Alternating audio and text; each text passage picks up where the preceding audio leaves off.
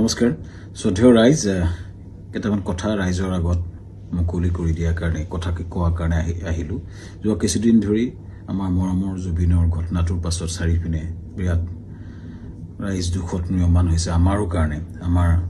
বুকুৰ আপোন মোৰ অতি একেলগৰ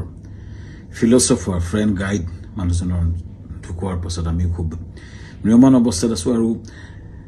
কিছুমান কথা ক'বলৈ ওলাই আহিছো কাৰণ ইমান বেছি ভুৱা কিছুমান কেম্পেইন হোৱাৰ কাৰণে আমি কথাখিনি ক'ব চেষ্টা কৰিছো শ্ৰদ্ধেয় ৰাইজ মই গুৱাহাটীলৈ যোৱাৰ কথা আছিলে আজি কিন্তু ইমানেই বেছি মোলৈ মেছেজ আহিছে আহিলে মাৰিম কাটিম প্ৰায় কেইবা হাজাৰ মেছেজ আহিছে যে গুৱাহাটীলৈ গ'লে কাটিম বুলি সেই প্ৰেক্ষাপটত যাব পৰা নাই সেই সময়ত খুব মন আছিলে গৰিমাৰ ওচৰত থিয় দিয়া মোৰ পৰিয়ালৰ নিচিনা মোৰ ভগ্নী গৰিমা বা দলটোৰ লগত এই ঘটনাটোৰ পিছত থিয় দিব পৰা নাই কিন্তু কিয় পৰা নাই ৰাইজ গম পাইছে কাৰণ আমাক থ্ৰেটনিং কৰা হৈছে কিন্তু আচলতে জুবিন গাৰ্গক মৃত্যুত আমি দুখী নেকি এই কথাখিনি খুব কিছুদিন ধৰি ছ'চিয়েল মিডিয়াত কিছুমান ব্যক্তিয়ে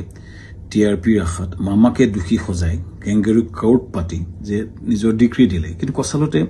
কথাটো কি জুবিন গাৰ্গক আমি কিয় মাতি আনিছিলোঁ শ্ৰদ্ধা ৰাইজ আমি যিটো নৰ্থ ইষ্ট ফেষ্টিভেল ডিল কৰোঁ সেইটোত উত্তৰ পূবৰ বিভিন্ন সংস্কৃতি বা খাদ্য বা পৰ্যটনৰ প্ৰসাৰ